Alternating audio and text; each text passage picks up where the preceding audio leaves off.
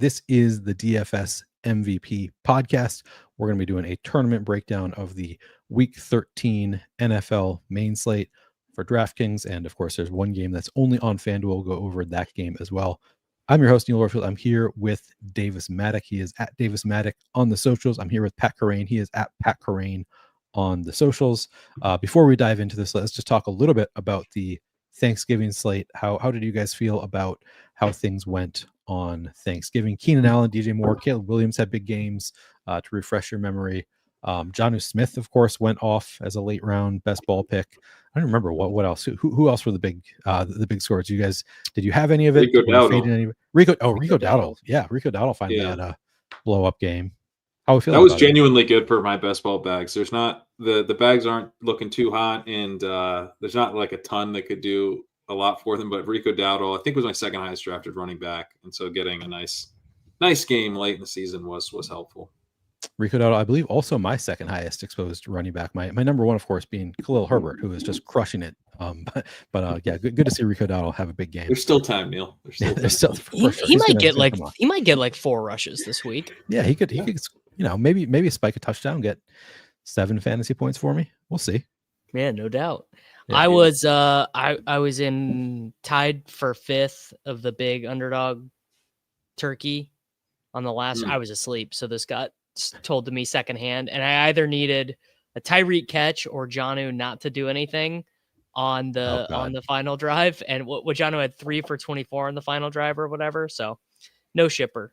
Shout out to John Daigle, who was on this pod last year with us, and he on the Shipcast or the Ship Chasing Thanksgiving show anyway.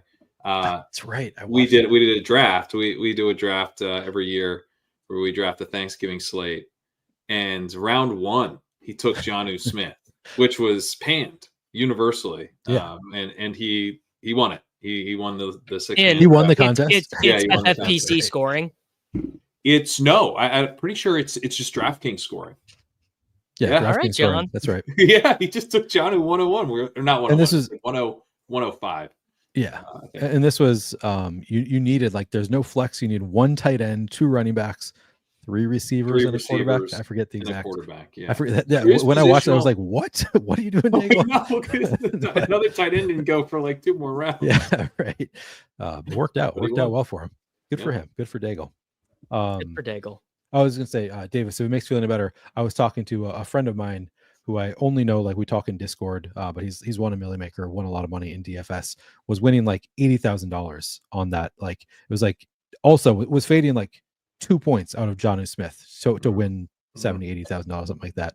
So that was kind of had the same brutal run out to a very high magnitude. It's twice in a week for me. I was in first place of the showdown solo on Monday night. Really? Yeah, I missed that, which is pretty hard to do. Yeah. And I just needed the Ravens to kill the clock, and they were not able to do so, and they punted.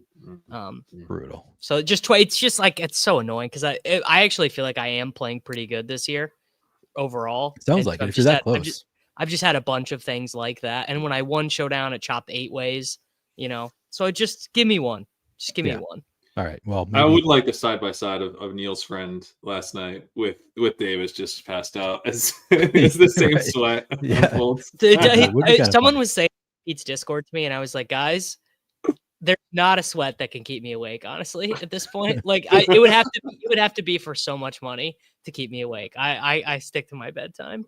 You make a BBM final. You're not staying up for that. I'll be awake. If I have a BBM final sweat, I'll be awake. We'll go live. That'd be a tough one to fade. As you can see, my ring light is broken, so apologies that I'm not as bright as my co-host today. I'll have to get a new one of these days. I don't think anybody really cares. All right, we're gonna go game by game. I have posted in the 4for4 YouTube chat my article for the Week 13 main slate. You can find that there. Check it out. So if I'm going to be going in the order in the article. So if you want to follow along as we go through the games, you can follow along with the article that's in there. And if you're not already signed up for 4for4, I don't even remember what the exact price is right now, but it's like $5 for like the rest of the season, I think, for a DFS package at 4 for 4. So if you want access to all of this, go check out 4for4.com/plans, I believe is the website, and you can get access to all of it if you want to follow along for like $5 for the rest of the year, something crazy like that. So check it out if you haven't already. All right.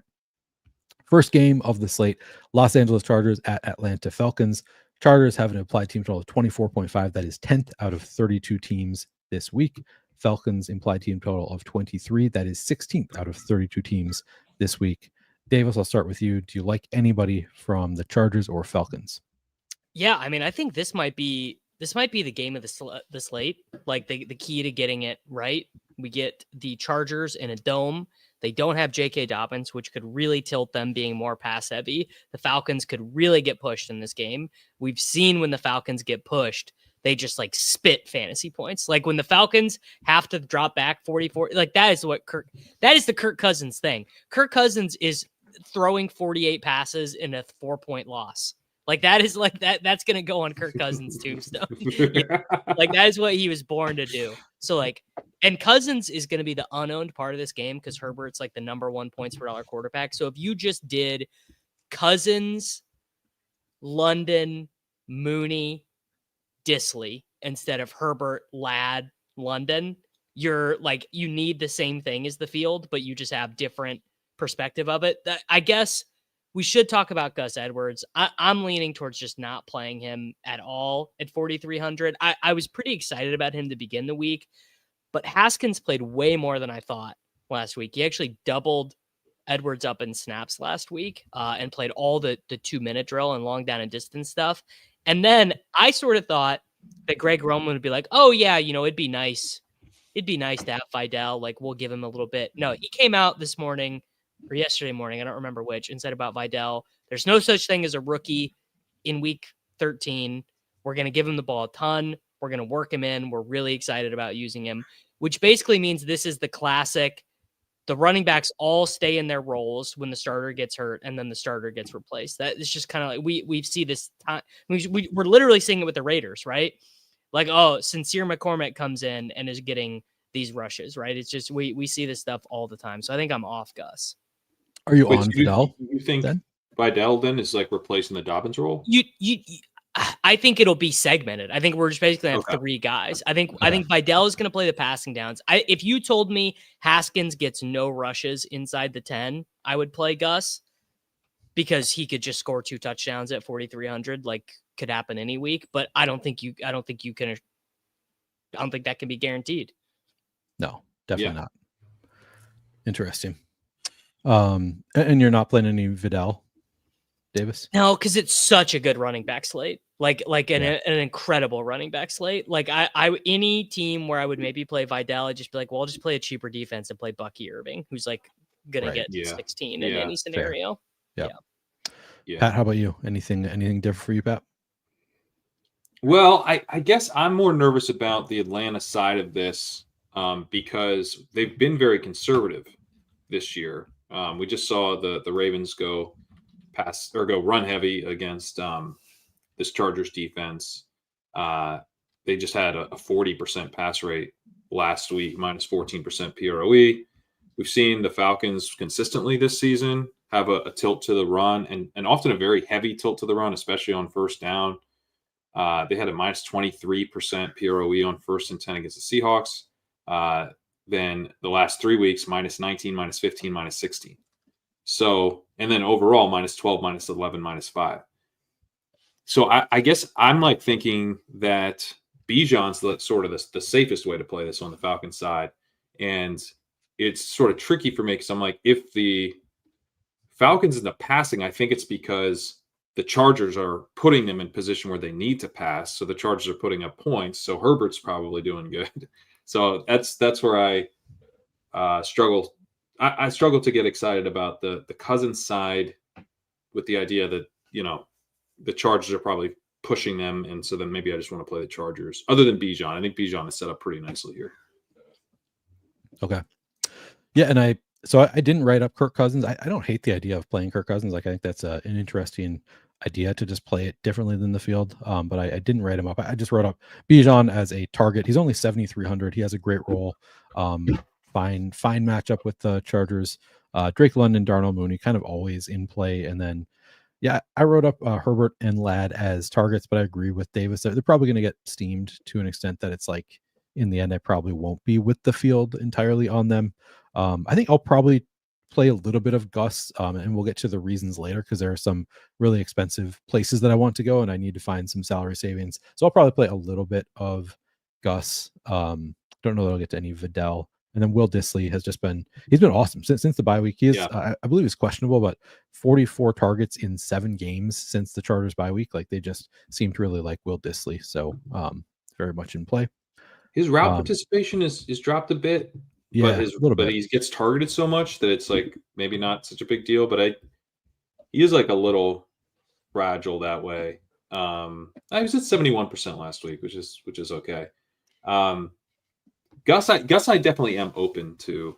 I'm open to it, but that is the type of play that like he might even score and still not be good on DraftKings. Right. You know, true. Yeah, he could score and put up 12 fantasy points, and like you don't want him because of all the opportunity costs. Absolutely could happen. Yeah. But yeah, like I said, I'll probably, I think I'll have some, not like 100%, but I think that I will have some, in large part just because I want to play some expensive stacks. So like, got to find some ways to get there. And obviously, you can play with like Bucky Irving, but not. I mean, is playing Gus Edwards any different than playing like, I don't know, these like Mike Gesicki types at tight end? Right. Not really. Yeah, exactly. Except for that it is like taking away a running back spot. So I guess they're like, from that standpoint, it's a little bit different, taking away a running back spot instead of a tight end spot. But no, I think he's just as good of a play. So I'll have probably a little bit. Let's move on. Texans at Jaguars. Another sort of interesting one here. Texans implied team total of 24. That's tied for the 11th out of 32 teams on the week. Jaguars 19.5. That is 26th out of 32 teams on the week. Maybe this updates with Trevor Lawrence now looking like he is likely to play. Pat, what are you thinking about as far as the Texans and or Jaguars go? Anybody that you're interested in? Yeah, I mean, Trevor Lawrence playing is a big deal in this game. I mean, Joe Mixon is a really strong play, no matter what. You know, he was gonna feast if it was Jones. But the funny thing about Lawrence is that when he's been bad, if you look at his efficiency and stuff, it's just Mac Jones. It's that he is sometimes really good. And so you get a ceiling from this game now that you didn't have before. And that ceiling, I think, is really applied to the Texans passing game because they have the incredible matchup with the Jaguars here. We also do have a little bit of a trend toward the pass. The Texans have generally been a conservative offense, but they've been pass heavy over the last 2 weeks, which has coincided with Nico Collins' return to play. So, maybe we're seeing a little bit of a shift. And then even if we're not seeing a shift, Lawrence being back gives us a second out to Texans passing volume where, they push this into a competitive script. We saw Will Levis. I thought Will Levis was going to be really struggling against this defense last week. But what the Titans did is they went run heavy, and then they used Levis to play aggressively and take shots. Now, a lot of he threw a pick six. Like the shots didn't all go well, but he did generate some fun passing production as part of that. And I wonder if the Jaguars might do something similar here. They've gone pretty run heavy with Mac Jones under center. You have Lawrence back, but it's his first game. So you could be looking at, you could be looking, I'm sorry, but Brittany's cousin brought me a coffee. I was like, is there a dog in there? What's going on right now? No, she handed me my coffee. I don't think I'm talking. Sorry. So Lawrence, I think gives them just you have a way this game plays out now where he can attack deep in a way that Jones just didn't have a chance to. So as part of the secondary punch to a run heavy attack. And then Bigsby looks like he's going to be back and everything. And so I think that also gives the Jags a path that could be successful here on offense, moving the ball more efficiently on the ground, which Bigsby's been a much better runner than Travis Etienne this year. So all in all, this game has gotten a lot more interesting over the course of the week than when I first wrote it up. I actually had to go back and rewrite the whole thing because I was like, I'm actually kind of into this game now, and especially Nico Collins. I mean, I think his ceiling is really fun here. Yeah, I'm very much on the same page as you, but I want to hear Davis's thoughts. Davis, what do you think of Houston and Jacksonville? Nico and Brian Thomas are awesome. Nico looks just kind of the way salaries breaking out this week. It's very interesting. Like, I'd be surprised if any wide receiver is owned more than 25%. And I think there's going to be a lot of really good plays at like 13%. So I kind of think it's a classic play whoever you want spot. Like there's like not really a guy like, he looks kind of overowned relative to his projection. Like, no, it all looks at equilibrium, and it's going to be more about combinations or just who you like. And I think Nico is that guy. And weirdly, not a ton of ownership on Brian Thomas Jr. either. I kind of thought BTJ would be like the chalk, but he's more like 17% on a $5,000. I mean, that's fine. Deebo Samuel's been 17%, a billion slates in a row while never getting there. Right. Brian Thomas Jr. looks pretty good to me. The thing obviously that is holding you back is, man, if this is a bad Trevor Lawrence game, like he just doesn't have it or is just injured, like, dude, the Texans are just going to run the ball. Yeah. Like they are sure we'll get one cool Nico play. But like the one cool Nico play means he's going to be 4 for 86 and a touchdown. Also, it'll get called back. It'll get called back. Yeah. It'll get called back. Yeah, that is the big problem there. And then Evan Ingram leads all tight ends in target share since he came back from his injury. He's 4,800. He's less expensive than Taysom. Spoiler: Taysom is like the play of the slate. But you could definitely play both of them together. I think this is probably another good, just because of the DraftKings, man. Can we get a minus 10% button on all the wide receiver pricing? It's unbearable having to pay through the nose on all these guys. Like TJ Hawkinson's 4,200, Jordan Addison is 6,500 or whatever.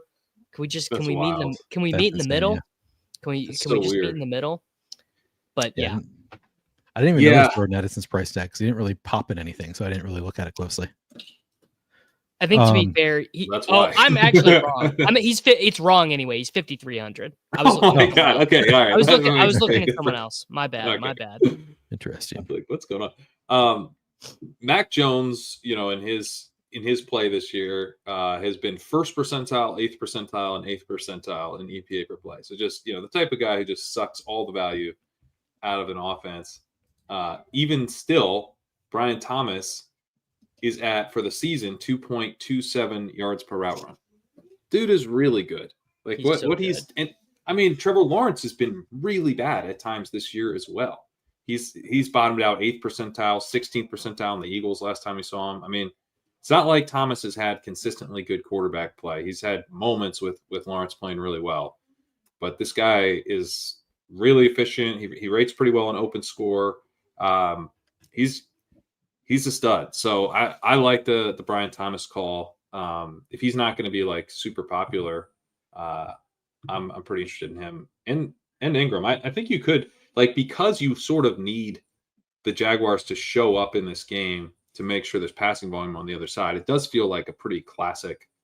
Like you could do like a Lawrence double stack Nico bring back. I think that would be in play. I'm probably more interested in playing it from the Stroud side because he has such an easier matchup, and you just double stack him with like Tank and Collins. But theoretically, it does seem like a good bring back type of game.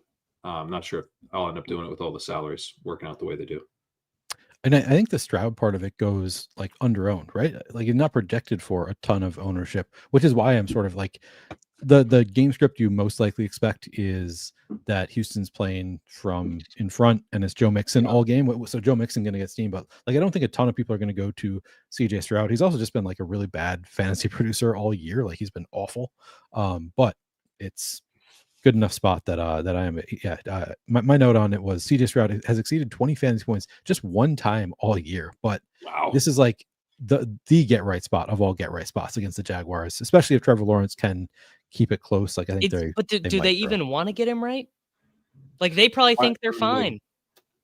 I don't know. Maybe that's true. Yeah. But do they? PFF Bobby's like, dude, we're gonna win the division. What do you want from me? PFF Bobby, remember when we were talking about him as like potential head coaching candidate? Now it's like I don't even think this guy should be an OC. Saskatchewan Rough Riders, brother. Yeah. Yeah, I don't know. I would imagine that they want to get him right because they're not gonna they're gonna have to face they're gonna have to face good competition eventually, and they're probably gonna need a good quarterback in that case. Right. But yeah, I don't know. It's at the very least, it's a great matchup. So you know, we can just kind of hope for better efficiency regardless. Anything else? I guess I didn't write up like Dalton Schultz. I kind of thought about it, but didn't end up writing it out. But I guess he's playable without Diggs. Tank Dell didn't write him up, but again, like you said, could be included in a double stack. Yeah, Nico. I think Dell's more interesting than Schultz. I mean, Schultz is at 0.98 yards per route run this year, 15% targets per route run. It's not good.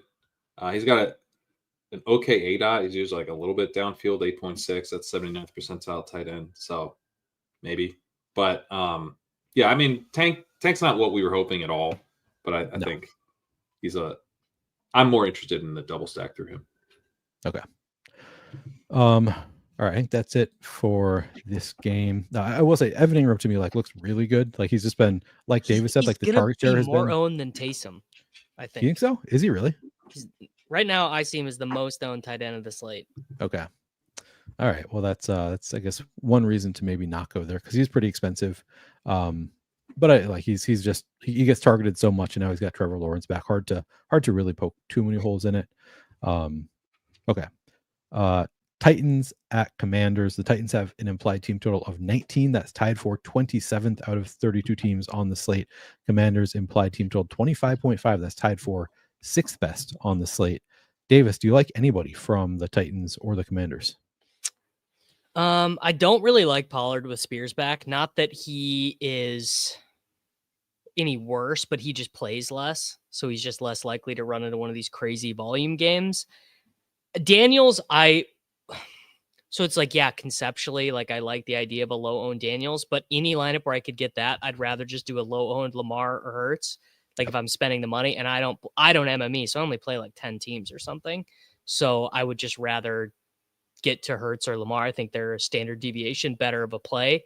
The question is Brian Robinson Jr. going to play? And is he going to play his full role? Because if he doesn't, they cut Chris Rodriguez 2 weeks ago, and they're going to sign him back. I believe he's already back. But we know from how they played, they like McWeapon quite a bit. And the thing I think they like about him is he can do either role. So he can sub in and do the Brian Robinson Jr. role, or he can do the Eckler stuff. And obviously Eckler's been great, and McNichols is not nearly as good.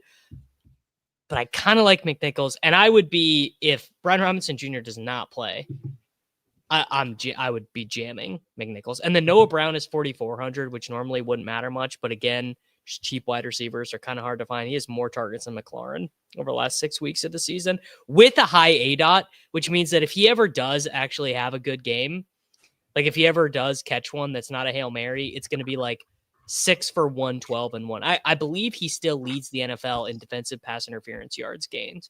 I need to look that up, but I believe he still does lead. Has to be Josh Palmer after that game, man. Just like every pass was a pass interference on Josh Palmer. That was frustrating. So to be clear, Dave, it sounds like you like McWeapon better than Gus Edwards.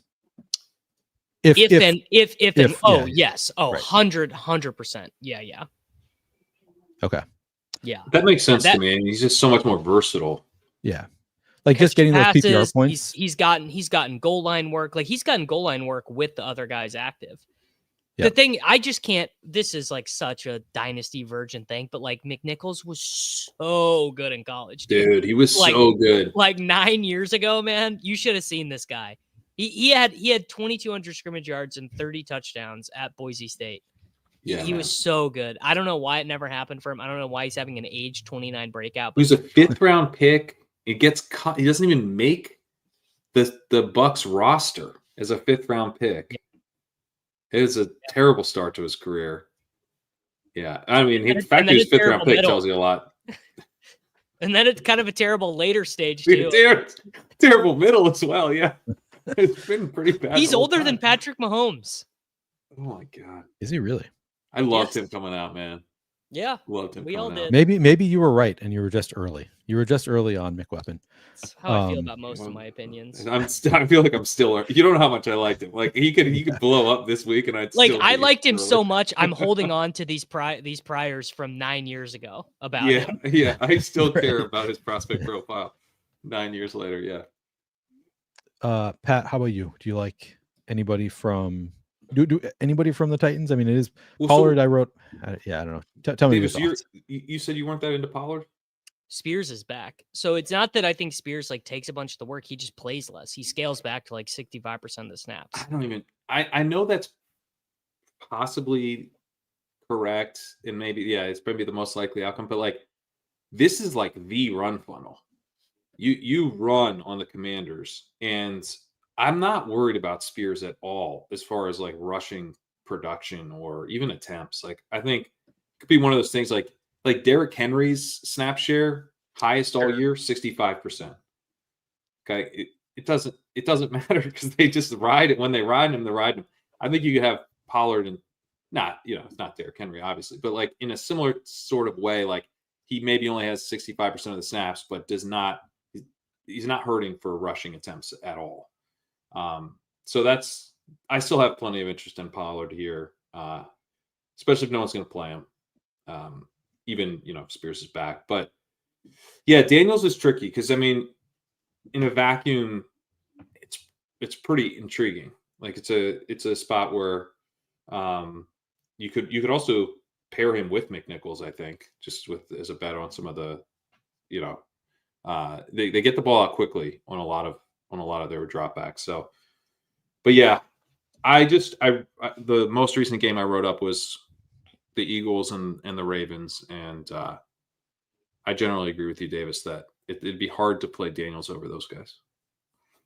That's my final takeaway. I wrote up Daniels as like an MME play just because it looks pretty good. I was like, he might end up being a cash game option somewhere. It's like worth rating him up a little bit. He also has like minimum of 13 fantasy points in all but one of the games that he's finished, like not including the game that he got hurt on the first drive, where he already had 5 fantasy points on that first drive. Like take that out. He scored at least 13 fantasy points in all but one game. So like the floor is really high for Daniels, but just hard to play him over Hurts and Lamar on this slate for me. So I'm same page as you guys there.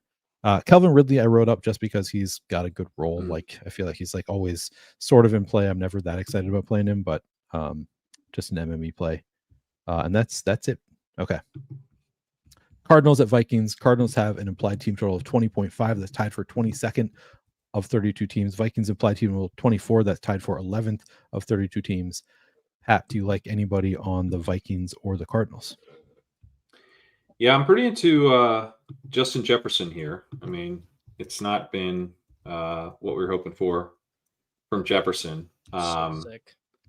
Yeah, not the best stretch here. But yeah, you have a Cardinals defense that's pretty exploitable. They don't aggressively double team, which will be nice for Jefferson. He'll see plenty of defensive coverage, but Jamar Chase, Nico Collins, and Amon-Ra St. Brown are the only wide receivers with a higher double coverage rate. So, yeah, I think that my general take with the Vikings has been that Darnold is just a product of this situation, but the situation is so good. Man, I don't know about that, by the way. I've been watching some of it because I'm fascinated by where does Darnold play next year, so I've just been reading a lot of the discourse. Dude, he is actually like an insane thrower of the football. Like legitimately one of the 5 best guys. Like there was that great cut up last week of the throw he made to Jordan Addison, like between 4 dudes with anticipation. You can't even see it when he throws it.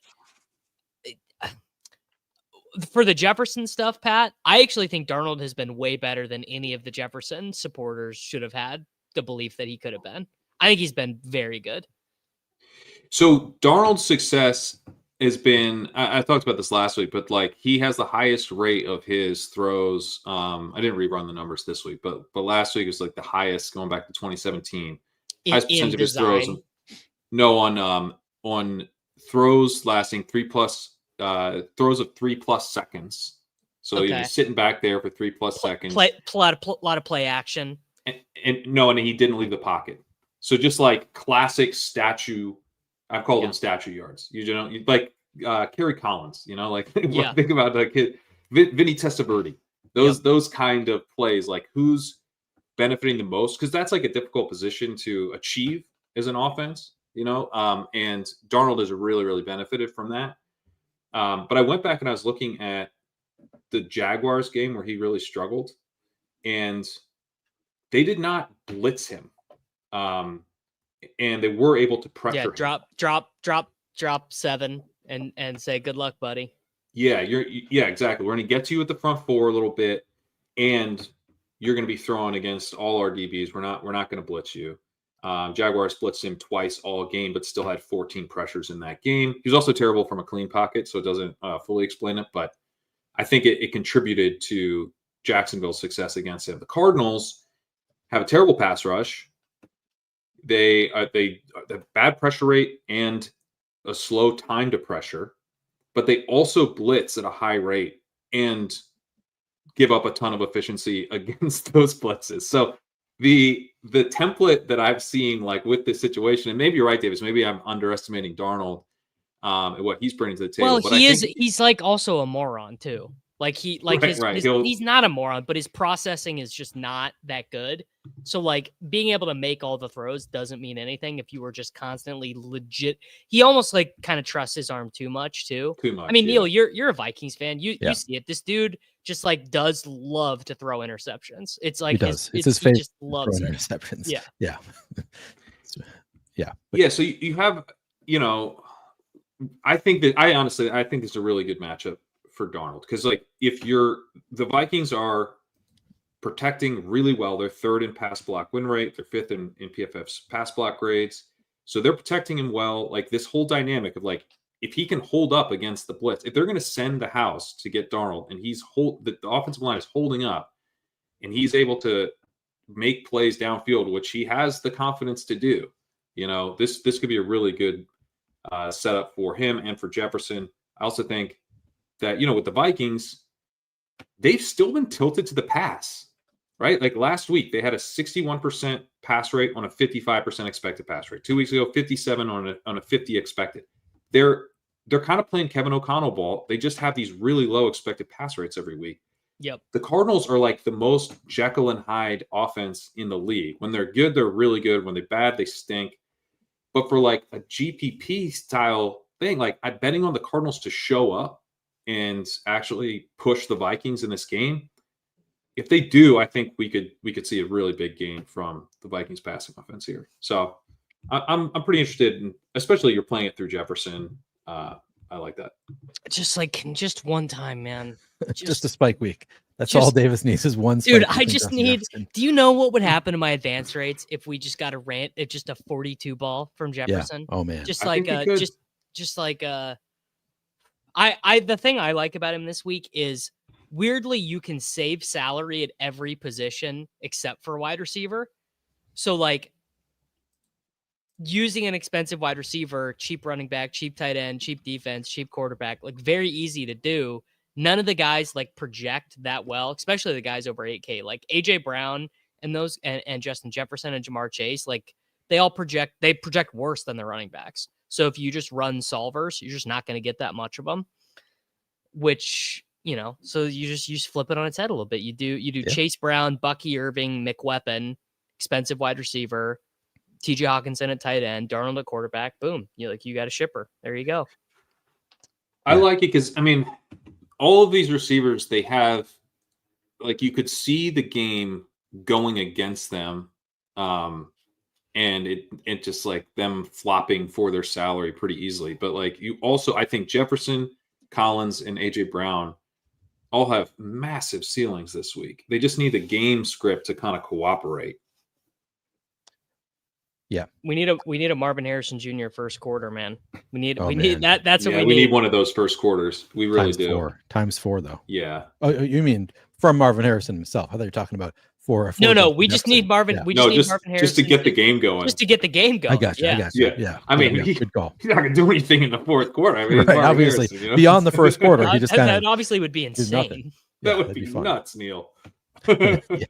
But if they can score a touchdown in the first quarter, force the Vikings to throw a little bit. Yeah, I'm with you. I'm in for Jefferson spike week. I just as we were talking about prior to the show, we're at the point in the season of the best ball season where you're no longer looking at like, oh, this is my exposure to a player. Now you're looking at just specific teams that have him. And I think I have a couple bubble teams with Jefferson, so I'm with you. I think I need a spike week out of Jefferson, and I like the matchup for it. I think it's it's not the cake matchup I thought it was going to be coming into the year, but it's still what Arizona does is they bend, don't break. Yeah. So they are very good at limiting. I mean, it's just kind of classic 80s style defense, you know, like they do. I saw this the other day. They've been doing some 3 high safety stuff, which is, I mean, that is like, that's like college football, you know, like classic. So I don't know, man. Come on, dude. I'm also worried about the Cardinals side of this. Like the Vikings have a really good run defense. They have a good pass defense, but like the worst thing you could do is go real conservative and, you know, run the ball into the teeth of the run defense. And you don't have like that great of a running game. It's good. It's not like amazing. But like the Cardinals are totally down to do that. Like especially with Kyler coming off a bad game, like they could kind of self-sabotage here. And so it just makes me nervous. But you know, it's a very boom bust setup for if you're betting on passing weapons from the Vikings side, because you could see. I mean, I think Aaron Jones is a decent play, by the way, because you could see them lean on him here. Yep. No, I thought on the Viking side, Darnold, Jones, Jefferson, Hawkinson, I think even like just given that we saw Hawkinson's biggest week last week in terms of route participation. And Oliver's already ruled out. Okay. Yeah. So that helps. Back. Yeah. Like he's fully back at this point. And pretty cheap. Like he's only 4,400 on DraftKings, 6,500 on FanDuel. So I think Hawkinson I like all of them. Kyler, I think Kyler's in play at 6,100. Anybody take issue with that? What do you think, Kyler? It just feels like the exact type of defense that just really gives him fits. Just like interior pressure, send him crazy blitzes. Like, I love Kyler. It's my Oklahoma fellow short king. But I mean, that's why I think if Jefferson fails in this game, it'll be because Kyler just can't get anything going. And then we've talked about this. We've talked about this before. But like when you remove the threat of the run game for Arizona, the whole Petzig experience falls apart. They just can't do anything. Once like they're down 10 points, it's pretty much over. Yeah. I'm pretty nervous about the Cardinals just blowing this, because it's and by blowing it, I mean, I guess both in real life, but also from the fantasy perspective, the potential for the Vikings to attack aggressively through the air. They just might not need to because the Cardinals are struggling so bad. Yeah. Trey McBride, I think is fine. It's actually kind of again, not an exceptional tight end slate in my opinion. Like I don't see anybody. I know Taysom looks good, but there are 10 tight ends below 5,000 who are better points per dollar values than any wide receiver below 5,000. I mean, good point. It's an even worse wide receiver slate. It's just miserable. Miserable. DraftKings, please, dude. They tightened up the Jordan Addison's like 7,900 this year. Yeah, right. Can't play Jordan Addison. Yeah. I think, McBride in play. If he can just score a touchdown at some point, a receiving touchdown for Trey McBride. I'm begging. He's the only tight end this year with multiple 100-yard games. He's really good. He's a really good tight end. He's really good. He just can't score touchdowns through the air. Between the 20s, he's basically Tony Gonzalez. Yeah. Yeah. I mean, I also think with the Cardinals, you know, they should have an emphasis on getting the ball out quickly. McBride has been their go-to guy, as you would expect on quick throws, but you know, he has a good targets per route run. Normally, it jumps to 32% on quick throws, up from an already very high 26%. 26% under on all routes is 98th percentile among tight ends. So 32% targets per route run on those quick throws. I think if they're able to get something consistently going, it's hard to see how Trey McBride isn't catching a ton of balls. Yeah. All right, let's move on. Indianapolis Colts at New England Patriots. Colts have an implied team total of 22.5. That's tied for 17th on the slate or on the week. Patriots implied team total of 20. That's 25th out of 32 teams. Pat, do you like anybody? Are you playing any Drake May this week? Anybody else like you like on the Patriots? And how about the Colts? Let me see. I played some May last week, which didn't work out. I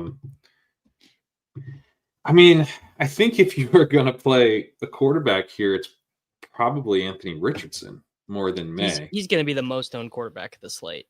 Him or Herbert. But like it's quarterbacks never get out of control. So true. I think this week it might. Really? I think this because it's sort of bizarre. I ran a set of sims earlier, 150 teams. I've never seen this before. I got 17 quarterbacks returned in plus EV lineups. So it's just very flat. And when it's flat like that, what you see happen is people go to the rushers. When it's all really flat, they're like, Stafford, whatever. They go to the guys with rushing. So that's like Richardson and Herbert, basically. Interesting.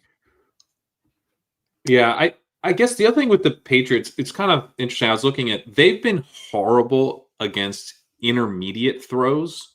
And I've highlighted them the last couple of weeks in the walkthrough against the Rams and the Dolphins. Like, you can really rack up catches over the deep middle of the field and like 10 plus yards down the field. Not even just like not 40 like Richardson tends to go. You just like hit them consistently. The Dolphins had I believe it was 5 first downs on those throws, which tied for the season high. Like the Patriots had no idea the Dolphins are going to do this. It's like the point of their entire offense. Just absolute abysmal defensive planning by the Patriots. But they're not like that bad against 20 plus yard throws. Now it's like small sample stuff because there's not that many 20 plus yard throws in any given week, but it is like I think they're more susceptible to a quarterback coming in and picking them apart than just like they're not like constantly suffering these like letdowns on like big deep throws. So that would be like a little bit of the cold water on Richardson. Plus they'll probably be run heavy. That's pretty easy to assume. At the same time, I mean this defense is so soft. So I think I have to play at least one Richardson lineup. I think it's pretty nice at 5,500. Will you be stacking Richardson in that lineup? I'm like the world's like probably least enthusiastic Michael Pittman guy, but I mean Downs is out. Yeah, like I think he's very stackable with Pittman. And Mitchell is like the one salary relief guy you can find now. Yeah, Mitchell at 3,900. Mitchell's been really good when on the field. He's the number 1 targets per route run player in the National Football League, minimum 150 routes. Yeah, he projected so well, so poorly that I didn't even write. Like I thought about it, I was like, do I need to write up AD Mitchell here? Like, but of course this is early on in the slate, so I was like, there's probably better value that'll open up later. But I was like, point per dollar, he doesn't look great. Like his projection is not great. But I had the thought of like, I feel like I'm missing something here. So you're thinking that AD Mitchell is in play with Downs out, probably should see. Okay, I do. I mean, probably my favorite value play of the slate. Okay. 99th percentile in open score this year, and targets per route run 27%. Like this dude is like that to me. I'm like, you're getting. Here's a metric that says you're getting open. Here's another metric that says you're peppered with targets whenever you're on the field. Like, right, maybe you're wide open. So, yeah, I mean, he just doesn't run a lot of routes, and that's been real consistent. He's completely behind Alec Pierce. He's had no shot of replacing Alec Pierce. Not even come close to replacing Alec Pierce at any point this year. I guess like because Downs is out, he's mostly opening up slot routes. So like maybe he doesn't play as much. I mean, Downs has run 85% of his routes in the slot, 99th percentile among receivers. Doesn't really get higher than that. Mitchell's at 27%, Pierce is at 17%, Pittman's at 24%. So like it would make sense, I think, to like rotate Mitchell and Pittman into the slot and have Pierce, Mitchell, and Pittman be your guys. But I guess it's possible we see a 4th wide receiver come in here and take over some of those slot duties. Well, in which case Mitchell is up too. Who? Ashton Doolin is banged up too. Okay. Yeah. Well, that's good for Mitchell then. That would be what makes me nervous is that like there's usually a reason when listen, I was pretty into Jalen Reagor as a rookie, and he didn't play much, and it turns out there was a reason for that. When you see these guys who aren't seeing the field, it can be an indicator in its own right. But he's been so good when on the field that it's hard not to be interested in him as a punt. Yeah, take some shots there. Anybody, Davis? Do you like anybody that we have not talked about already on the Colts or the Patriots? No, but I do just want to hammer in the Doolin thing that he's out and that Downs is out, which means like not really seeing much way Mitchell does not play in this game. Maybe Mike Strachan comes back from whatever he's doing. I don't know. I Could couldn't see more two tight end stuff, maybe. They did do that 2 weeks ago, so definitely possible. But their tight end. Mitchell's going to have like 60% route participation at a minimum, and he should be in more like 75, 80 even. Correct. So I mean, he's normally down at like 15. Right. All right. Hondo P. Hunter Henry, I guess, is the only other. Usually that Pat calls out Hunter Henry. So I'll do the obligatory. Yeah, Hunter Henry looks pretty good. He's only 5,100 on FanDuel, so that's where he really stands out. Is great value play on FanDuel, but 44 targets on 74% route participation in 7 games with Drake May. So looks pretty good there. Okay. I also do think May is a viable play. I almost wrote out May. To me, yeah, but he's definitely viable. Like he runs enough, and like it's not a bad matchup. So I'm with you. Like May is playable. Steelers. We've got Paul starting every play. Patriots, so that'd be helpful. Yeah, right. Steelers at Bengals. Steelers implied team total 22.5. That's tied for 17th on the week. Bengals implied team total of 25. That is 9th out of 32 teams on the week. Davis, how we feeling about the Bengals and or Steelers? Like someone at DraftKings fell asleep at the wheel, man.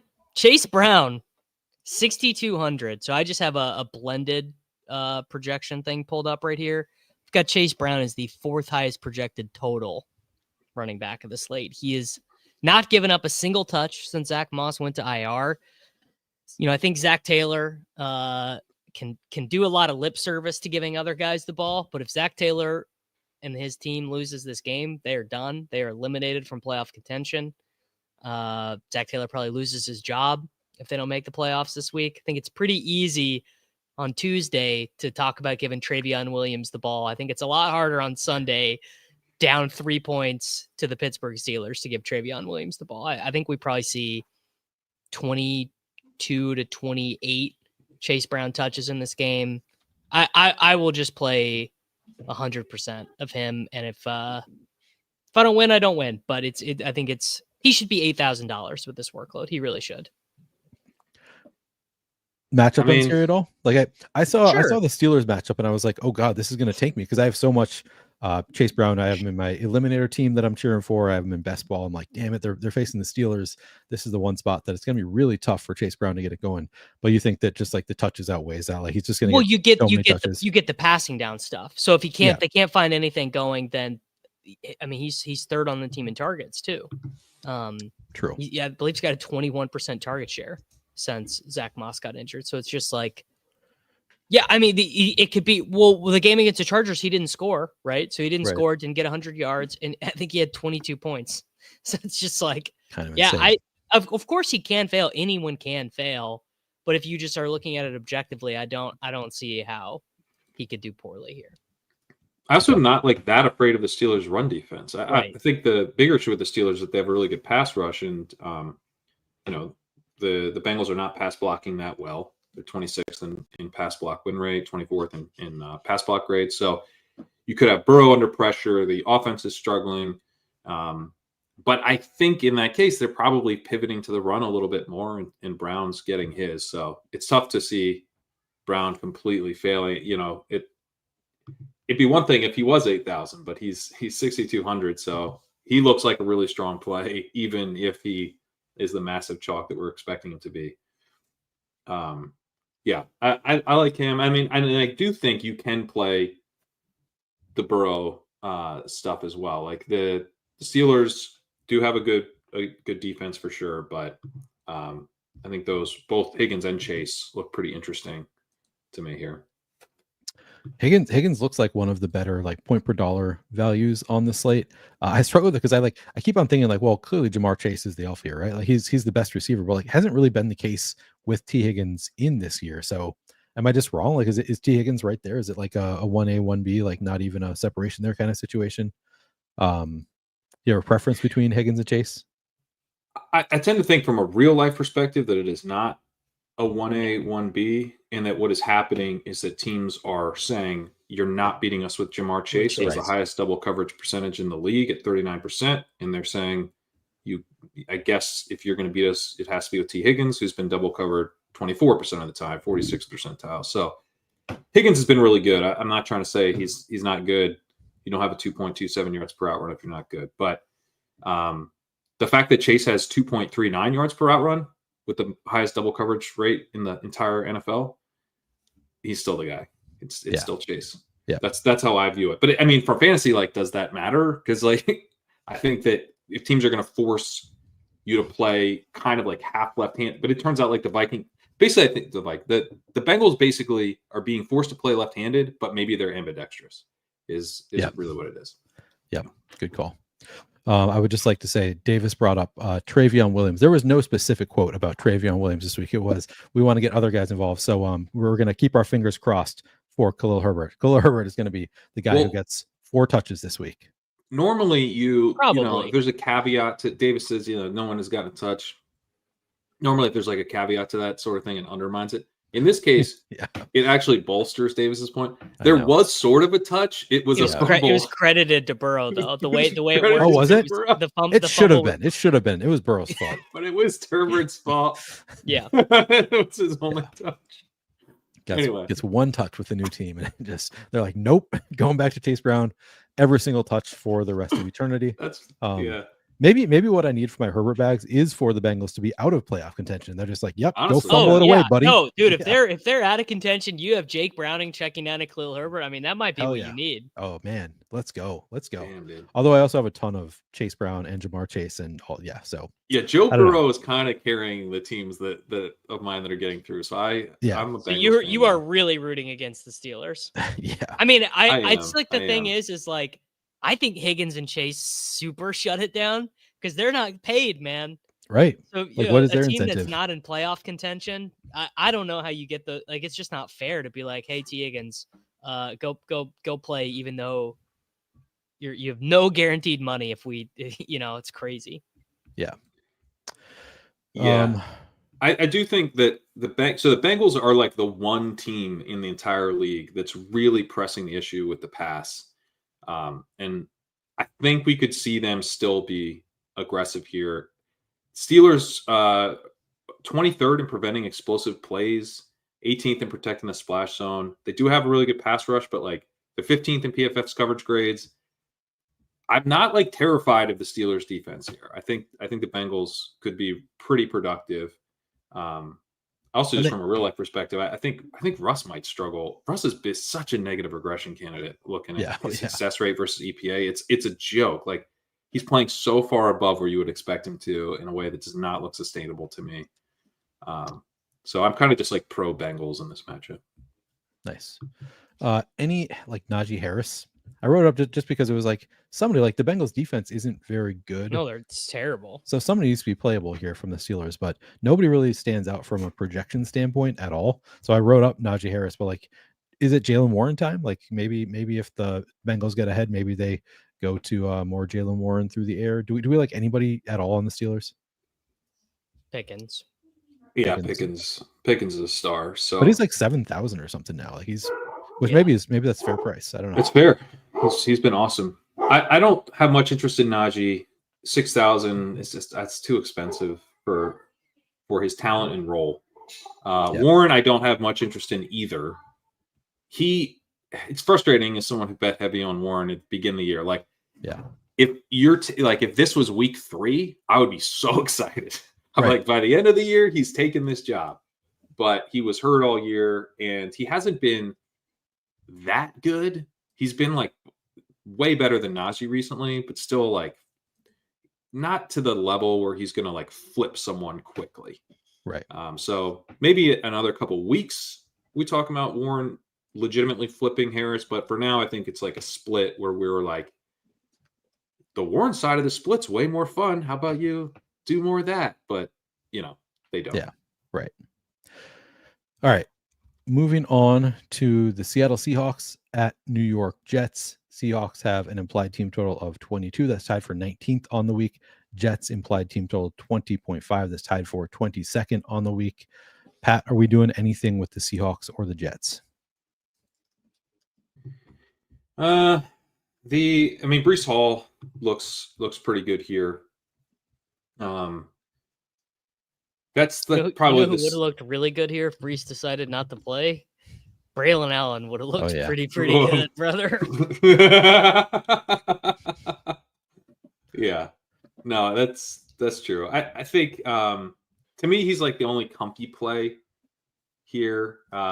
Missed time, but has been back at practice. So snap shares 81% and 85% over the last 2 weeks. Just really locked in. Got a mediocre run defense on tap. Should be involved in the passing game as well.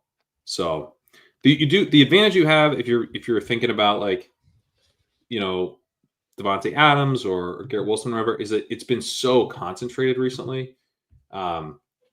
Last 4 games, Adams has had a 29% target share, Wilson 27, Breece 17, combining for 73% of the Jets' targets. So you do have that working to your advantage. But yeah, most interested in Breece here.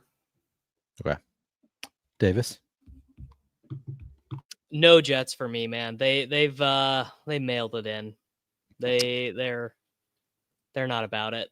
I like Walker. It's like a terrible quote unquote spot. West Coast team traveling east, like all this stuff. But the Seahawks defense is getting really healthy. They dominated. They dominated the Cardinals last week. And you think about the hire they made, McDonald, much more of a defensive guy. It's kind of, running the ball and defense. That's like every time they do the press conference, even with Grubb is all about running the ball too. Like he's like, dude, Jackson Smith and Jigba, DK Metcalf. I don't want to talk about any of that. I just never heard of them. Just want to talk about Ken Walker. I mean, it was something that was happening in the preseason too that got me so woke to Walker was they'd ask Ryan Grubb about Walker and he'd be like, oh my God, this guy, he's going to be the godfather of my children. Like he loved this dude. Yeah. So I think Walker is actually an awesome play because he projects good, but not great. We've got like Bijan, we've got Kamara, we've got Kyron, we've got Chase Brown, we've got Buccaneers, we got all these guys. And it's just like, cards are going to turn over. He's going to be 11%. He's going to get 19 rushes against a team that is just legitimately quit playing. And terrible against the run and is a major run funnel. Yeah. Yeah. Good call. I like some Kenneth Walker. I wrote up Devontae Adams and Garrett Wilson as playable, but not priorities for me either. Not much to love in that game. Los Angeles Rams. Oh, sorry. Pat, did you have anything else you want to add? But just on Walker, last week he got the Cardinals. He had 2.6 yards per carry, -7 rush yards over expected. He's at -49 rush yards over expected over his last 4 games, fallen to -5 on the season. So that's, it's tough. You have to like zoom out on Walker, but I agree that we should zoom out. He has a lot of upside if he plays anything like he was at the beginning of the season in this matchup. Yep. He almost, by the way, broke the long one last week, and the safety like just kind of knocked his leg out, but he was like he had a 75-yard touchdown. Anything else from this game? Nope. All right. Los Angeles Rams at New Orleans Saints. Rams have an implied team total of 26. That's tied for 4th out of 32 teams this week. Saints implied team total 23.5. That's tied for 14th. Davis, I know you have some interest in the Saints, presumably also the Rams. Tell me about your level of interest in the Rams and the Saints. Taysom Hill had a game where he scored 3 rushing touchdowns and had 138 rushing yards. He also had 10 targets in that game. He also had 7 snaps as a quarterback in that game. And what did his coach say after the game? That's kind of where we want to be on offense right now. Just like directionally, we want to be giving Taysom the ball a ton. He's 5,000 DraftKings dollars. I mean, what price would Taysom have to be where you weren't just like, well, yeah, he's probably just the best play at tight end? I guess like 6,100. I'd be like, well, he can always fail and touchdown variance and whatever. But like, he's like a fine tight end anyway. Like he's getting the tight end stuff anyway. And then he's a running no back. joke. He actually is priced below Jordan Addison. I mean, no joke. Yeah, no joke is priced below Jordan Addison. That's kind of nuts. Yeah. So I think he's basically the best play of the slate, which is then related to Alvin Kamara being the highest projected running back of the slate. But I promise you're going to turn the cards over in your contest on Sunday, and he's going to be like 11% owned, not 25% owned. And if the touchdown variance goes his way, chip it. He's the guy you need to have because the workload for him is great. He just has not been scoring touchdowns. Wait, who's going to be 11% owned? Kamara. Every week, he's projected to be 22%, and he's like 13% at best. I mean, the projection's going to be pretty good this week. It's tough to. The Rams' huge run funnel. Now, I mean, that could be Taysom, but to some extent, but like you can run all over the Rams. So, yeah, Kamara. If there's any chance, like he's an amazing play. If he comes in sub 15, like an amazing play. Like point per dollar, he is like a slam dunk. He's going to be in every cash lineup. Just like looks incredible. I'd be kind of surprised if he comes in that low owned, but I'm into it for sure. Taysom looks amazing. Like 22 fantasy points per game over the past 3 weeks. Kamara looks amazing. What about the Rams side? Puka, baby. Just Puka? No Kyron, no Kupp, Stafford? Kyron is like such the Drew Dinkmeyer, Michael Leone, like his role hasn't changed at all. The touchdown variance just hasn't gone in his favor. Like Leone will win the Thunderdome with Kyron, and that's fine, and I'll be happy for him. I'll be over here with my Taysom Hill, Chase Brown, Bucky Irving, all slappy lineup, and that'll be okay with me. Yeah, I mean, it makes sense. Like when Leone wins Thunderdome with Kyron, it will make a lot of sense because the Saints are terrible against the run. But that's probably not how I will play it. I'd rather play it through Puka as well. He's been so good. Over the last 3 weeks, 35% target share. Kupp is at 27%, which is still great. But he's got 3.18 yards per route run, which is basically in line with what you would expect for his ADOT because he has a 34% targets per route run this year, which is nuts. 27% first read target rate. Both those numbers lead the NFL. And the Saints don't have a pass rush, and they're not that great in the secondary. So, like, Stafford's whole thing and the Rams' whole thing with Stafford is that, like, they can't really protect him. They're 30th in pass block rate and 31st in time to pressure. And I think the offense has been built to kind of like not get exposed. Like they kind of know that they can't give Stafford much time to throw in most matchups, and so they have to operate like that. But in this matchup, they should have time to throw. Saints are 27th in time to pressure, 27th in pass in pressure rate. So McVay's smart enough to say, I'm going to have a little extra time this week. What am I going to do with it? And I think what he might do with it is get Puka Nacua the ball. So I wrote up, I didn't have a single MME only play in this game. I had 6 targets from this game, all of, I think, Matthew Stafford, Kyron Williams, Puka Nacua, Cooper Kupp, even though he's not as good as Nacua, like 75 targets in 7 games. Like still has an awesome role. And then Alvin Kamara, Taysom Hill. Like I just think this is one of those games that's like there are so many players that look awesome for their price. Probably don't want to play all 6 of them in a lineup, although I guess maybe you could. I don't know. But looks like one of the games to target, I think. We got a super chat, so I want to give a shout out to Ego Prime says, cheers, boys. You three are weekly gold. I hope 24 finishes out strongly for all three of you. Really appreciate that. Very kind of you to send us a super chat. That's always awesome to see. Appreciate you. All right. Anything else on this? Any disagreement about? I just never play. I never play Stafford, and this actually feels like a spot like quarterback is just weird enough that you could like. Sure, yeah. He gets 22 points. He gets the bonus. He also, I did see. How long has he been a Ram? 5 years. He's been a Ram. Totally. I was looking at some of the worst wide receivers in the NFL this morning, just for something else, like worst yards per route run, worst start, and like Robinson was on every list, and I was like, great, but they don't know about the end zone though. Yeah. Oh, Stafford has more 4 touchdown games since Puka returned from his injury than the same amount of 4 touchdown games as the prior 4 years of his career before with the Rams. Yeah. I feel like we've had the conversation, maybe not on this show, but I've had the conversation with people before, like, well, Stafford never really shows upside. It's like his receivers get there, but like they never. I think he does now because of Puka. Like when it was Cooper Kupp before, Robert Woods was the second guy, and like Robert Woods was a fine second guy, but respectfully, he was not Puka Nacua. No. Well, so my note was you got both Cooper Kupp and Puka Nacua both came back in week 8. In the past 5 games, 20.5 fantasy points per game for Stafford. Like he's just been really good in the past 5 games. And they've stopped the Binky, the Kyron Binky has kind of been taken away from McVay. They don't get to the 3-yard line and go, oh, we got to get Kyron his touchdown here.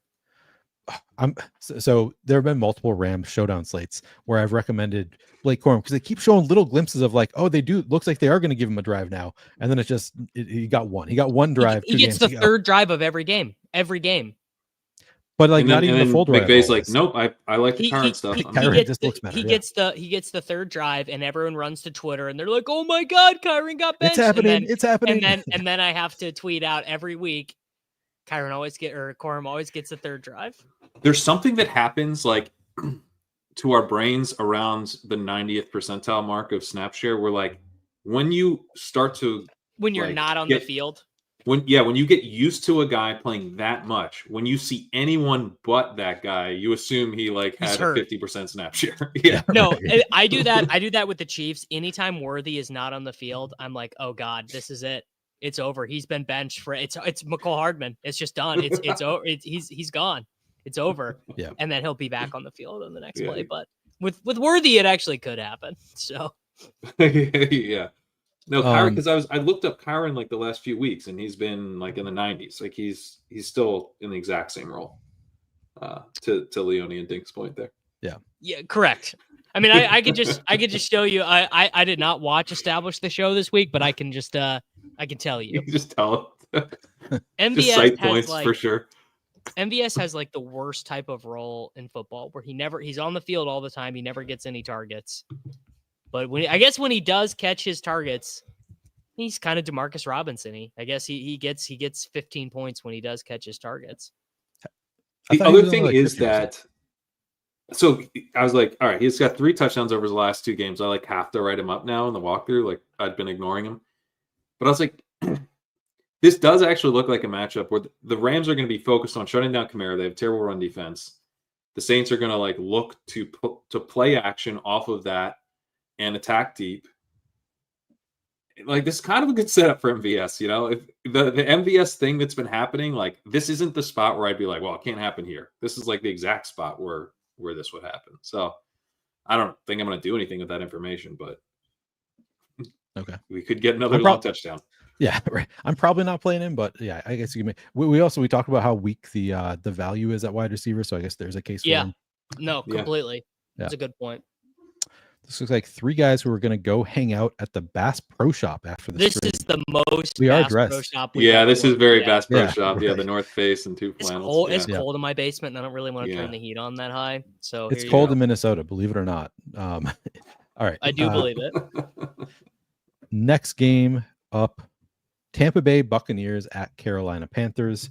Bucks have an implied team total of 26. That's tied for 4th out of 32 teams. Panthers 20.5. That's tied for 22nd. Pat, are you liking anything on the Bucks against the Panthers or the Panthers? Bucky Irving, really strong play. Chuba Hubbard, very strong play. I mean, Jonathan Brooks had like 8% of snaps. He had 1 route, 2 attempts. They're playing Chuba. So I think he's pretty good.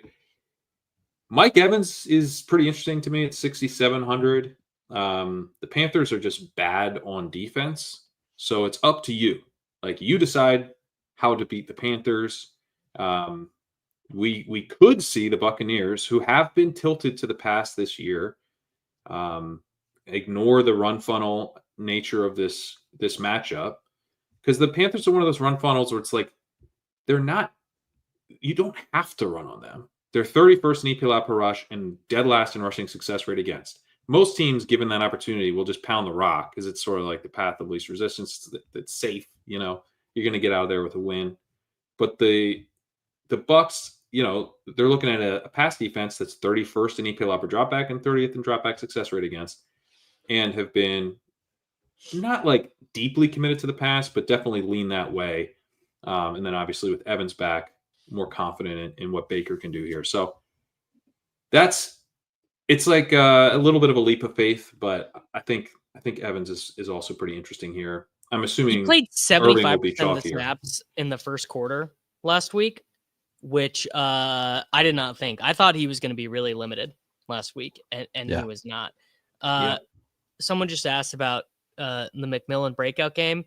So the issue with McMillan is he just probably is not very good. We tried.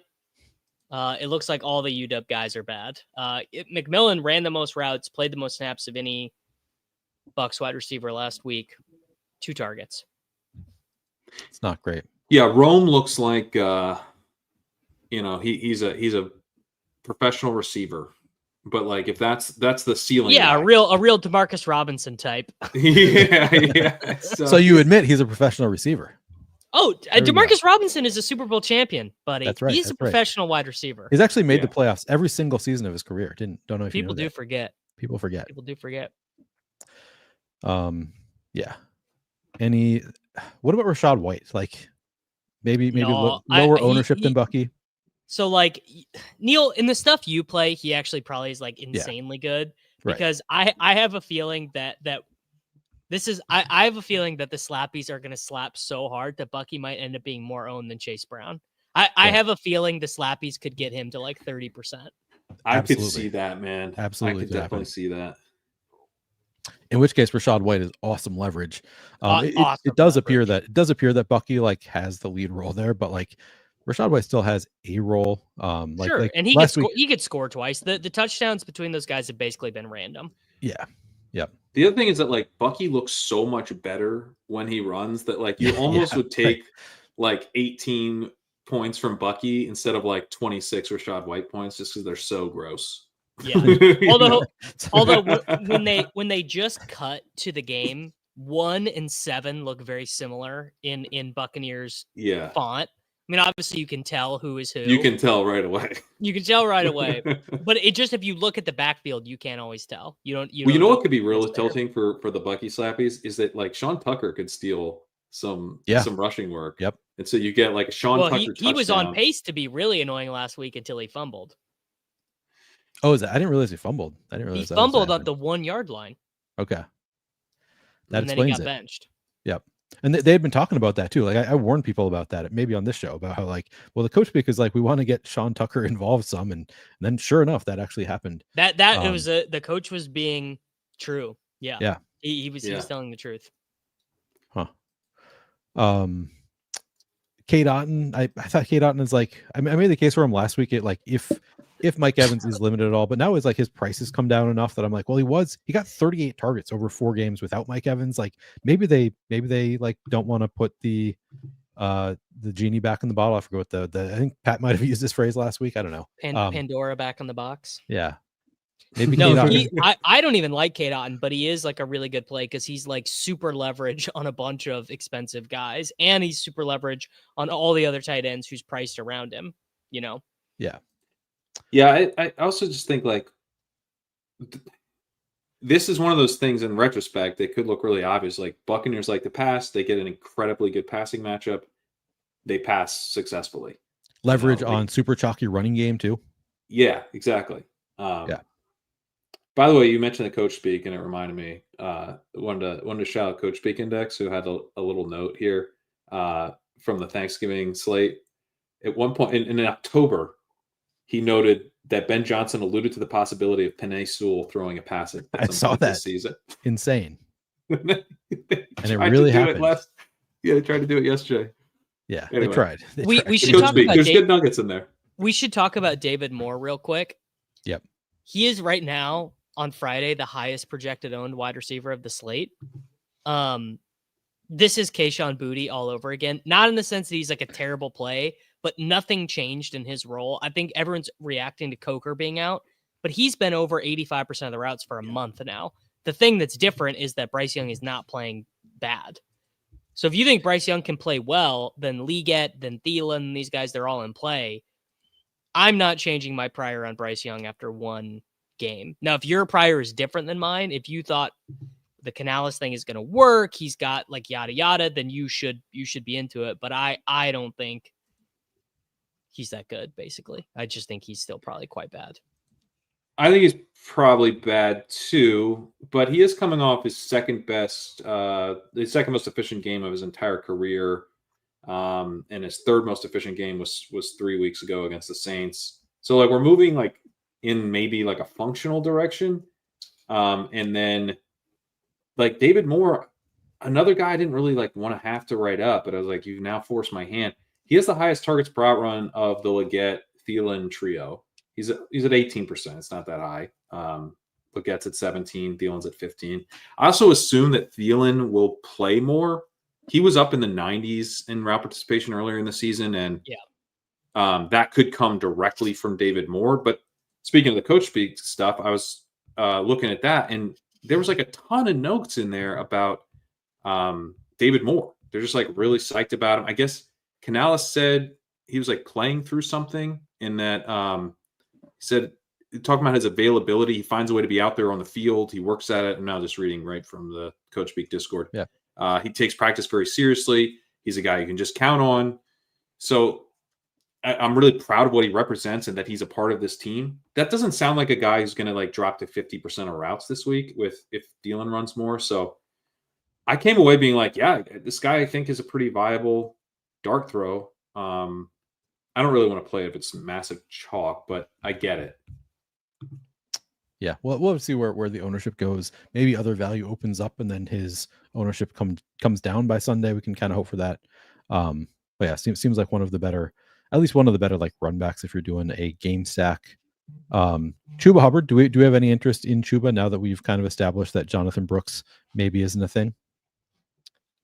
I don't, again, just because it's such a strong running back slate. But again, you know, I'm from Slappy Nation, so I would just much rather play Bucky Irving, who's like objectively not as good of a play and is in a timeshare. So yeah, no, I think Chuba's a really strong play. Chuba Hubbard, Leone-ass play. Which is a good play for those who don't know. Yeah. Leone-ass plays are typically going to be good plays. Leone's an incredible DFS player. Leone wins a lot of money. Yeah. Maybe we should be trying to emulate Leone. No. I like losing. I like losing with flair, Neil. All right, that's fair. Come on. No, Hubbard. I think Hubbard's not. I think there's a little flair to him. He's in a good matchup, and you want to talk about a guy who was a very good college player, Chuba Hubbard. So good. He's running great. Like I think Hubbard's just a good play. I wanted to ask you guys just like theoretically about like the David Moore type of play where like he's 3,500. He should be probably like 4,800. Like, is that like how like versus, you know, at running back, we get guys who might be, you know, 4,500 and they should be 7,000 or they should be, you know what I mean? Like there's not, it does strike me as like it's the way you want to build lineups is demanding that you find someone viable, and he's extremely viable at 3,500. But you know what I'm getting at there? Yeah. So the thing that I think you should challenge yourself with is that basically these plays are very good at like 7%. Kayshon Boutte when you're exploiting that variance, but you don't want to just court the insane variance when like a third of the field is also doing it with you.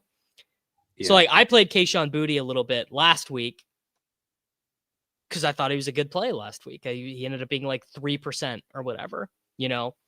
But like just the idea of a guy who's like going to get 5 targets and it's basically, does he score a 47-yard touchdown or does he not? It's pretty bad when 32% of your opponents are doing it with you. Yeah. Yeah. True. I like that way of putting it. Yeah, I think that's exactly right. Just play exploitatively. What is the field doing with somebody like that, especially where it's like he's 3,500, but he could still put up like 4 fantasy points. So it's like, oh, he's got this great role. He'll probably see some targets here, but like he very well, like we can easily see him failing here at 3,500. So I think, yeah, exactly right. Playing the ownership game, playing exploitatively based on what the field is doing makes a lot of sense there. Let's move on. I know we have a hard out in 6 minutes. So, and probably the most important game of the slate. And then finally the FanDuel one, Eagles, Ravens. It's a soft hard out. Okay. Good. Yeah. Eagles implied team total 23.75. That's 13th out of 32 teams this week. Ravens 26.75. That's 3rd out of 32 teams this week. Pat, I forget who I went to first last time. Pat, who do you like on the Eagles and or the Ravens? So I feel like most likely scenario is that the Eagles run their offense through Saquon Barkley, as they have since their Week 5 bye to an extreme degree. The Eagles have a 50% pass rate. They're running as much as they're passing since Week 5. They've gotten chances to go against teams where you could expect them to maybe pivot to the pass, right? They got the Jaguars, extremely weak pass defense. They didn't care. They ran it a bunch against them. They got the Bengals, who teams have been passing against at a really high rate. Their last 7 non-Eagles opponents have averaged a 66% pass rate against the Bengals. They're a good offense. They tend to be in kind of competitive or negative script. The Eagles had a 38% pass rate against the Bengals. I think the Eagles are going to run the ball a lot here, even though they're going against like the pass funnel. There's really not like that many teams that are profiling. I would say the Ravens are like the only team that are profiling as like a clear-cut, no-brainer pass funnel this year. And it's because they have a great run defense and a bad pass defense. And they also put up points. So you don't have the option of, trying to win 13-10 or something. At the same time, I think you're better off assuming that teams are going to play to their own identity rather than shift to a matchup, especially if that identity is like very clear. And this is about as clear as we have in the league. So, Barkley's going to get his. I expect that he won't be as efficient as he has been. He had 150 rush yards over expected last week. He's got the highest rush yards over expected in the metrics history, besting only himself from 2018. And then Derrick Henry's actually sounds like a good second round pick. Did we Sounds all like have a good second round pick? Good second round pick. So right? glad we spent. Yeah. So glad we drafted so much of him. Obviously, we were on that and did not fade him. No, so he's going to do his thing, but I am tempted by the Hurts AJ Brown stack here. That's where you look at. Look, I know I'm not getting volume. I understand, but we got a 13.98 out with Brown. No, this is the stack of the week. 3.35 yards per out run. Stack of the week. How many targets do I need? If I get seven targets, am I there? Yeah, seven targets, man. That's all. Yeah, all I need. I think we can get there. Hurts also. You have the potential out for Barkley to do a bunch of damage, but then he gets the tush push stuff. So I'm pretty into it. And then Dallas Goedert, I think, is perfectly viable at 4,300 to tack on. Love to hear it. So you gave me all these reasons. You set it up as like, hate the Eagles passing game, can't play the Eagles passing game. They're going to run it. That's who they are. And then you come back around to, hell yeah, we're on the same page. We're going to slam Jalen Hurts. It's limited volume. It's high variance. It's high variance. Yeah, right. We're talking about the difference is going to come down to like 2 or 3 targets, like, downfield. Right. Do they connect? But if they connect, we're like talking maybe 60-yard touchdown on one of those, Yeah. So So it sounds like we're all on the same page as far as the Eagles go. Like the passing game looks like really strong play here against this, and like pretty low owned here too. Like AJ Brown coming in sub 10%, Jalen Hurts coming in low owned, Dallas Goedert not getting ownership. So one of my favorite GPP stacks, maybe my favorite GPP stack, and then Saquon just because of who they are, like always playable. Do you guys expect ownership really at any part of this game? It Not doesn't seem like one it. not one player. That's Not one. crazy. Yeah. Like I know. I mean, I'm sure the math all works out, but like this is like going to be a really good game. Right. It'd be kind of crazy that like no one is catching any ownership. There's no part of it like that. It just seems like an obvious spot to target if that's going to hold. Yep. So we're all on the same page. What about the Raven side? Do we like anything on the Raven side? Yeah. I mean, Lamar and Flowers. Like we've been waiting. Lamar and Flowers. We've been waiting Lamar's whole career to get a guy with a 27% target share. Right. We finally have it. And this is just like, this happens a lot in college football where like sometimes games are bigger than the predictive stuff coming into it. Sometimes there just is a larger thing going on that just lends itself to crazy big plays, like things going back and forth. Like Bills Chiefs was never going to be this. Just not it was a big game, sure, but it wasn't ever going to be like body blows. These guys at the height of their powers, like that wasn't what it was. The Chiefs are kind of like, I mean, Pat is only 28, but it's like this aging lion still trying to keep his spot. He doesn't want to fight a big fight. He wants to play smart. Yep. This is like Lamar at the peak of his powers. This is the best Lamar has ever played. This is the best Eagles team that has ever been because they have the explosive running game and Hurts is playing well. I guess they might not have Devonta Smith, which does matter. But basically, like, I just think this is the type of game you look up and like someone just scored a 57-yard touchdown and you like go to the kitchen and go get a drink and you come back and the Ravens are on the 3-yard line. You're like, wait, holy shit, what just happened? Right. Like just like the what just happened style game, basically. Like that's kind of my soul read here is I just think this is going to be a crazy game. I also think with the one reason that Lamar and Flowers are interesting, and they're definitely interesting, is that the Ravens have been in this 2-mode kind of style all year. Like they have kind of two identities. One is to run the ball down your throat from ahead, and one is to be totally fine leaning on Lamar. And we've seen pretty high pass rates and recently from the Ravens. So I could see, it would be surprising if this wasn't a competitive game. And in a competitive script, that's where we've seen the Ravens really lean on Lamar. They've really gone run heavy in games where they've been able to. If they have less than a 60% expected pass rate, they're averaging a minus 13% pass rate over expected. In games with a 60+% expected pass rate, they're only at -2. It's just like completely different styles. We would expect that this is a competitive game, and so we should see that secondary passing heavy style, or at least balanced. Mark Andrews at 3,900. Yeah. I know he's going to only run about half the routes. No. He's tilting as hell. Not anymore. He was last week. I think he was at 56% last week. Broken arm. Charlie Kohler, broken arm. Oh, that's right. Wheels up for Mark Andrews. It's likely who's crushing him. I think maybe he was in the 60s and likely was at 56%, which is what I was remembering there. But he's still losing so many routes to play likely. As much 12 personnel if you're in a shootout. True. That is true.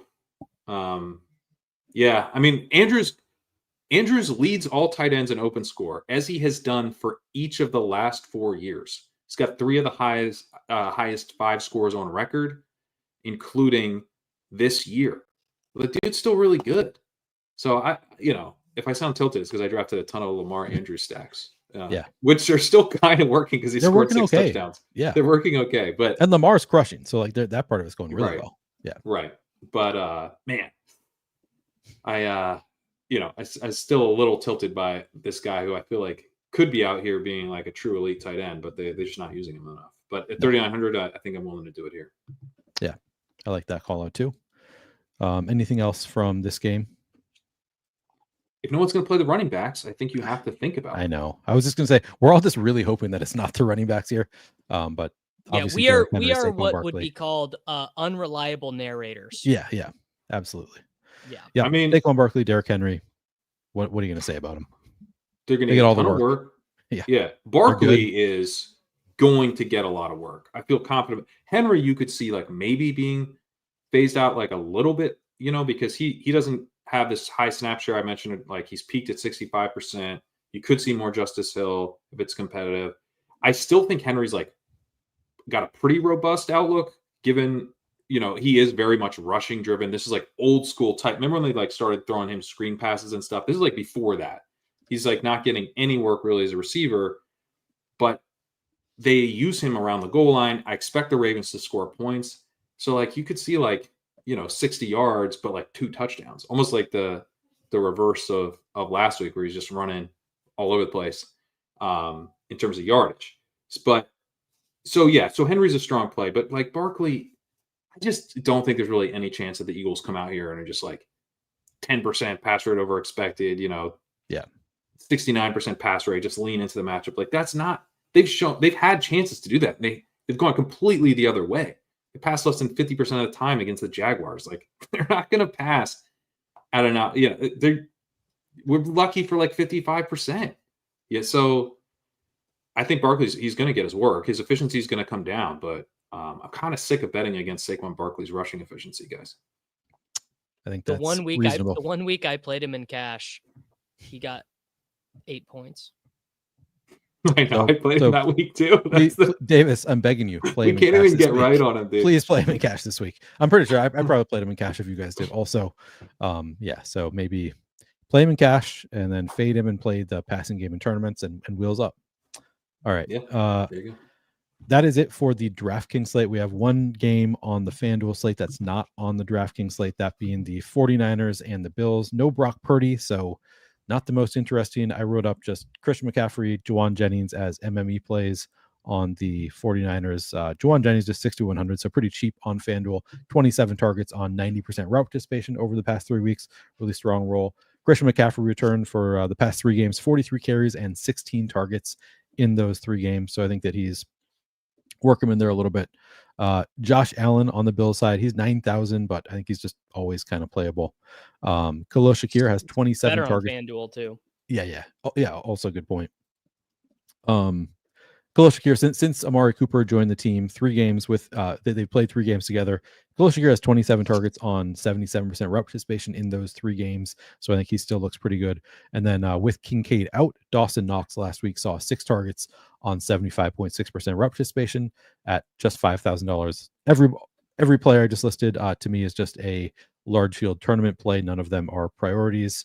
I know I did the synopsis there because I know you guys don't play on FanDuel or where's James I don't Cook know at? If Davis does. James Cook was like 7,800 or something that was expensive enough that I didn't strongly consider it. But I guess you could make the case for James Cook if you wanted to. It was too expensive for me though. Yeah. Okay. The Niners are a run funnel, and so without Purdy, you could see. Yeah. It does sound like Purdy's going to play. By the way, I was thinking looking at this line that it wasn't. But I think it might just be more about the state that the 49ers are in, because I just saw a report from practice today. Brandon Allen wearing the scout team jersey, Purdy back, getting the reps in with the ones. That's interesting. Now, I think he probably is going to suck and be limited, but this is the season. They lose this game. I think their playoff probability goes to like sub 1%. How bad is it to get – people are going to get McCaffrey teams through, and then he's going to get shut down because they're going to – you're right. Yep. So brutal. That is brutal. It's Juwan Jennings. All you needed to do, Quentin Johnston, Juwan Jennings, Demarcus Robinson. Simple. Easy process. Easy game. Come on. And of course, early running backs. Jennings and Brandon Allen and the oldest running back in every single round. Someone in Pete's Discord did a best pick of every round, and they said they went through and they're like, I had to fudge it to get a wide receiver in any round because the answer was you had to get to like round 11. It was like, would you rather have Jacoby Myers or Chase Brown? Right? Yeah. That's interesting. Yeah. Probably true. I mean, Good Lord. the first round, wouldn't it be Jamar Chase? Sure. Like, yes. unless you're like Probably, reaching for yeah. Saquon or something. Yeah. No, you're right. It would. First round. So we got one wide receiver. We got one. We'll always have the first round, guys. Yeah. Yep. All right. So that does it for the game by game matchup. Unless you guys had anything else to say, I guess James Cook is your one note of like he's expensive, but maybe you could make a case for him if you wanted to. But more into it if Purdy doesn't go though, because it's just like they're gonna have to. Yeah. True. Favorite stacks on the slate? Sounds like Eagles for everybody. Do you guys you want to call out any other stacks? No, I like both sides. I like Lamar, Flowers, Brown, Hurts. I think you should make a concerted effort if you're playing like 5 to 10 teams to at least make one or two of those. I like Stafford doubles, which I like never like. If you're playing Richardson, I don't think you should play him naked because I think he's going to be so popular. I agree. If you are doing the Herbert thing, you should do doubles. I think you should include Disley in that because again, it's going to be super popular. Yeah, that's about it. Stroud doubles are interesting. Not for me. I mean, they might work, and I don't hate it, but I don't think I'm going to be playing those. I think I'm with you there. Lawrence. Stafford, I kind of like Stafford. I think he's cheap enough. You throw in Puka, maybe even double it. Puka and Cooper. I don't think it's ever really worked out, but I think it could. So I think I might try that this week. What about sub 5% owned plays? Any like super contrarian plays you guys want to throw out? Anyone in the Ravens game? I mean, yeah, like they're all Jamar Chase, the literal highest point score at the wide receiver position. It's going to be like 5 to 7% owned in like what is like a legit playoff game for his team. Yeah, it's a good call out. That is, and weird.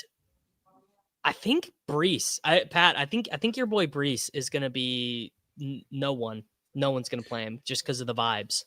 I know, but the vibes, like he is the vibe antidote. Like you give Brees the ball so you don't have to deal with Rodgers, you know? Right. Good point. Yeah. And he's playing all the snaps. Like this, I think we're all a little scarred from when it looked like Allen might be kind of taking that role a little bit, the early down stuff. Yeah. It's like he's 80% plus snaps is all you can ask for at running back. That's what we're getting for Brees right now. Yep. All right. I think that does it for the show. So where you guys, what else do you guys have coming up for the rest of the week? Where can people find you? I'll be streaming live Sunday morning. Got my DFS write-up over on patreon.com/DavisMatic. And I hope you guys all had a great Thanksgiving holiday. Yeah, walkthrough is not out yet because of the Thanksgiving walkthrough. Pushed this back a day, but that'll be out early tomorrow morning. So check that out. Covering all the games on the main slate. And quick slants by Matt Irvey. We'll cover the Sunday night and Monday night game. Weekly rankings, rest of season rankings, dynasty rankings over at legendaryupside.com. Also, playoff best ball sidekick is launched. Last I checked, we didn't have any playoff best ball contests yet, but we should on Monday, Pat. I think Monday. Nice. Okay. All right. So yeah, check out. That's not official, but I'm just guessing from how small they made the BRs this week. That is their plan. Interesting. Okay.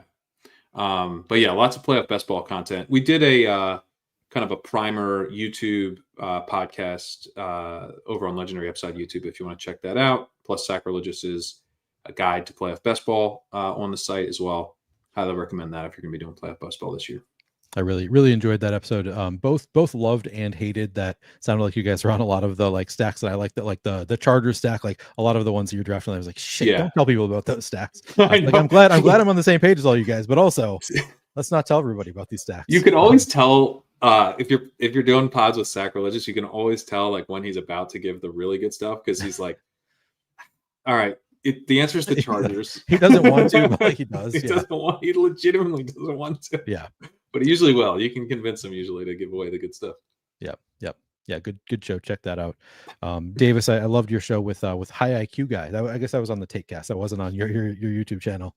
Have you've been playing DFS long enough to know about Doubt? Probably, yeah. I know the screen name. I've never actually like seen him in anything before, so don't really know him. But that was my first exposure to him. Let me tell you, doing a podcast with someone who has a lab tested 160 IQ, right. you're like, fuck, man. Yeah. My advice to anybody who isn't going to get a 160 is to don't get your IQ tested, because as I learned, apparently people overestimate their own IQ by like 30 IQ points. I learned on your podcast. So just don't. And they overestimate their partner by 35%. I thought that was interesting. That was interesting. Yeah, really, really fascinating. On the Davis's Takecast, you can check that out. That's also. love. That's some real love right there. That is love. Yeah. Honestly, it's love.